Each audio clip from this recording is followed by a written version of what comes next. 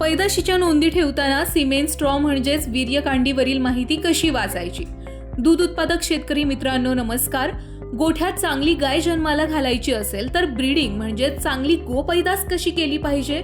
जातीवंत जनावरांच्या पैदासीसाठी आजकाल बऱ्याच कंपन्यांचे सिमेन स्ट्रॉ म्हणजेच वीर्यकांडी उपलब्ध आहेत. सर्वप्रथम आपण एखाद्या गायीला ज्या वळूची वीर्यकांडी वापरतो त्याची माहिती गायीच्या कानाला असलेल्या बिल्ल्यावरील नंबर समोर एका वहीत लिहून ठेवली पाहिजे. याचा पहिला उद्देश हा आहे की त्या गायीच्या पुढील पिढीला हा वळू वापरायचा नाही आणि इनब्रीडिंग रोखायची.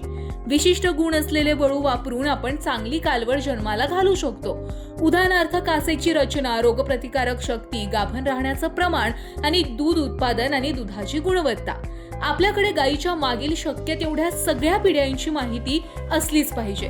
आता जी वीर्यकांडी आपण वापरतो त्यावरील माहिती कशी वाचायची ते पाहूया.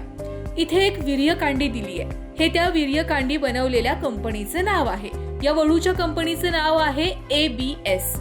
इथे त्या वळूचं नाव दिलंय. या वळूचं नाव आहे विक्रांत. इथे लिंग निर्याधिक दिलेले आहे, म्हणजेच हे वीर्य वापरल्यावर जवळजवळ 90% शक्यता कालवड जन्माला येण्याची आहे. हा आकडा म्हणजे वळूच्या आईचं एका वेतातील दूध उत्पादन आहे. या वळूच्या आईचं एका वेतातील दूध हे 4.6 K म्हणजे 4600 लिटर. ही वीर्यकांडी बनवल्याची तारीख आहे. ही वीर्यकांडी 2022 मधील 339व्या दिवशी बनवलेली आहे.